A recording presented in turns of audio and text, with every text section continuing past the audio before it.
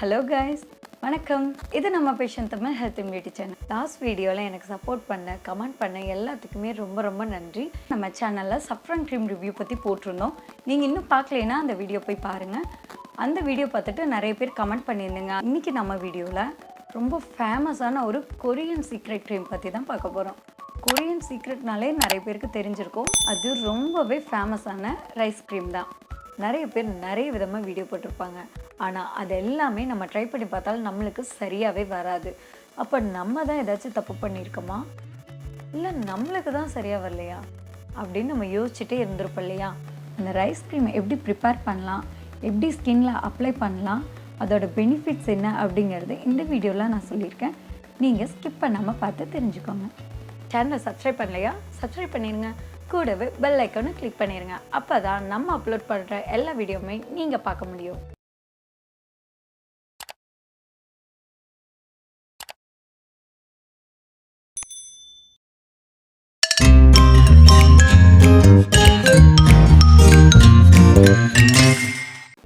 நார்மலாக நம்ம அரிசி ஊற வச்ச தண்ணியே நம்ம ஸ்கின்னுக்கு வந்து ரொம்ப ரொம்ப நல்லா இருக்கும்.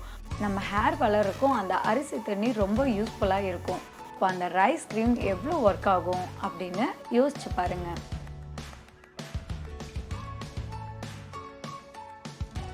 இந்த ரைஸ் க்ரீமுக்கு நீங்கள் நார்மலாக அரிசி, நம்ம சாப்பாடு அரிசி இருக்கு இல்லையா, அந்த அரிசி கொஞ்சமாக ஊற வச்சுக்கலாம். இதை ஃபஸ்ட்டு நீங்கள் ஊற வைக்கும் போதே கொஞ்சம் கழுவி ஊற வச்சுருங்க.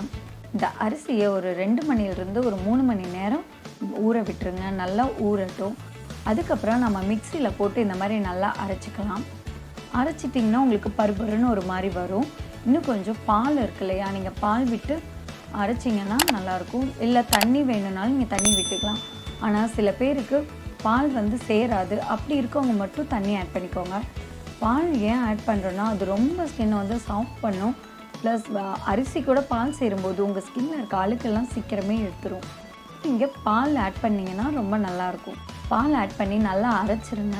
அந்த மாதிரி பருப்பருன்னு அரிசி இருக்கிறத தனியாக வடிகட்டிடுங்க.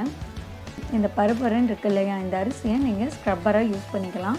இதை லைட்டாக மில்க் ஆட் பண்ணி நீங்கள் ஸ்க்ரப்பிங் பண்ணிக்கலாம்.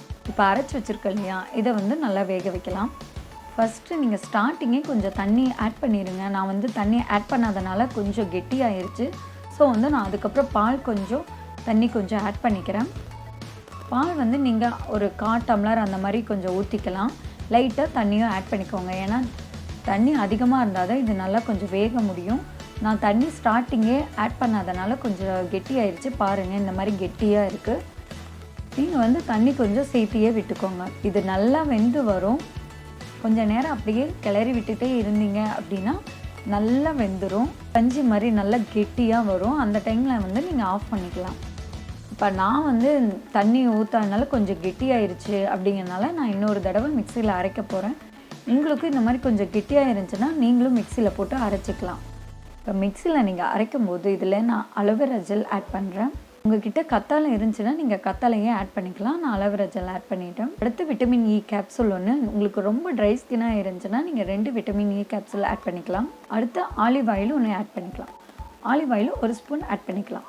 இதெல்லாம் கலந்து அப்படியே நான் மிக்சிலேயே அடிக்க போகிறேன். இப்போ நல்லா இதை அரைச்சிருச்சு பாருங்கள். அப்படி க்ரீமி டெக்ஸ்சரில் இருக்கும். நீங்கள் ஒரு பிளாஸ்டிக் கண்டெய்னரோ இல்லை கிளாஸ் ஜாரோ எதுவாக இருந்தாலும் ஓகே, அதில் நீங்கள் மாற்றி நல்லா ஏர்டைட்டாக நீங்கள் க்ளோஸ் பண்ணி ஃப்ரிட்ஜில் ஒரு 5 டேஸ் வரைக்கும் நீங்கள் வச்சுருக்கலாம். 5 டேஸ்க்குள்ளே நீங்கள் இதை யூஸ் பண்ணிடலாம். ஏன்னா இதில் அரிசி இருக்கனால சீக்கிரமே கெட்டு போயிடும். அதுவும் இல்லாமல் நம்ம மில்க்கும் ஆட் பண்ணியிருக்கோம். ஸோ நீங்கள் ஒரு 5 டேஸ்க்குள்ளேயே நீங்கள் இதை யூஸ் பண்ணிக்கலாம். பார்த்தீங்கன்னா உங்களுக்கு தெரியும், ரொம்ப சாஃப்டாக ரொம்ப க்ரீமியாக வந்திருக்கு. உங்கள்கிட்ட அலோவேரா ஜெல் இல்லை அப்படின்னா நீங்கள் கத்தாழை யூஸ் பண்ணிக்கலாம். எங்கிட்ட விட்டமின் இ கேப்சூல் இல்லை, ஆலிவ் ஆயில் இல்லை அப்படின்னு நினைக்கிறவங்க தேங்காய் எண்ணெய் கொஞ்சமாக மட்டும் ஆட் பண்ணிக்கோங்க. லைட்டாக தேங்காய் எண்ணெய் ஒரு 1/2 டீஸ்பூன் அந்த மாதிரி ஆட் பண்ணிக்கலாம். இல்லை எனக்கு வந்து ஆயிலே எதுவும் வேணாம், என் ஸ்கின் வந்து ரொம்ப ஆயிலியாக இருக்கும் அதனால் வேணாம் அப்படின்னா நீங்கள் வந்து பால் மட்டும் ஆட் பண்ணிடுங்க. வேறு எதுவுமே வேணாம். அந்த அரைச்சி வச்சதோட அந்த பால் இருக்கு இல்லையா, பால் மட்டும் கலந்து நீங்கள் நல்லா அதை கொதிக்க வச்சு க்ரீமியாக இருக்க வரைக்கும் எடுத்துகிட்டு அந்த க்ரீமியில் ஒரு தடவை மிக்சியில் போட்டு அரைச்சிக்கோங்க. அலோவேரா ஆயில் இந்த மாதிரி எதுவும் கொல்லினாலும் மில்க் மட்டும் ஆட் பண்ணிக்கோங்க. அதுவே உங்களுக்கு நல்ல பிரைட்னஸ் தரும். இப்போ இந்த ரைஸ் க்ரீமை நம்ம அப்ளை பண்ணலாம்.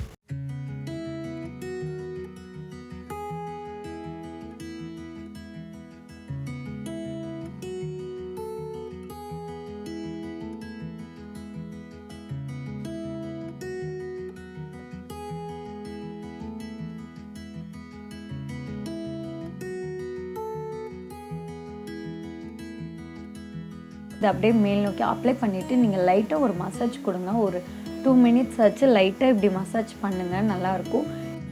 20 நிமிஷத்துலேயே நல்லா காஞ்சிருச்சு. போது நல்லா வளவளவலன்னு இருந்துச்சு, நல்லா சாஃப்டாக இருந்துச்சு. நமக்கே தொடும்போது அந்த சாஃப்ட்னஸ் தெரியும்.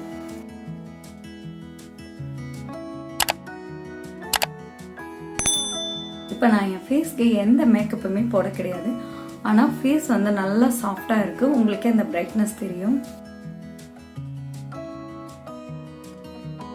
ஐஸ்கிரீம் என் ஃபேஸ்க்கு ரொம்ப செட் ஆகிடுச்சு, ரொம்ப சாஃப்டாக இருக்குது. உங்களுக்கே அந்த க்ளோ தெரியும். நீங்களும் இதை கண்டிப்பாக ட்ரை பண்ணி பாருங்கள். நிறைய பேர் இந்த ஐஸ்கிரீம் வீடியோ போட்டிருப்பாங்க, ஒவ்வொருத்தரும் ஒவ்வொரு மாதிரி போட்டிருப்பாங்க. உங்களுக்கு எது ஈஸியாக இருக்கோ அந்த மாதிரி நீங்கள் ட்ரை பண்ணி பாருங்கள்.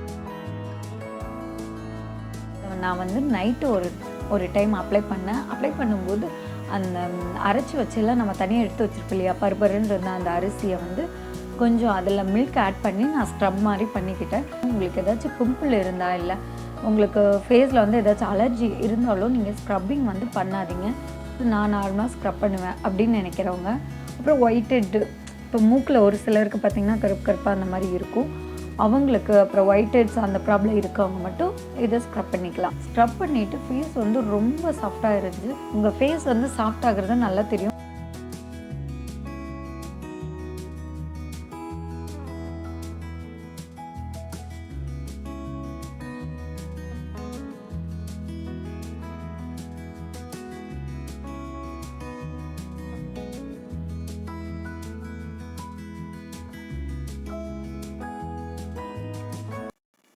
அந்த க்ரீம் அப்ளை பண்ணி முடிச்சக்கப்புறம் நீங்களே பார்த்துருப்பீங்க, ஸ்கின் வந்து நல்ல க்ளோயிங்காக இருந்துச்சு.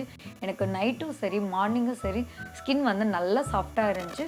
ஃபேஸ் வந்து நல்ல கிளியராக இருக்கும். உங்களுக்கு நீங்கள் ஒரு டைம் அப்ளை பண்ணும்போதே உங்களுக்கு வந்து அந்த சாஃப்ட்னஸ் நல்லா தெரியும்.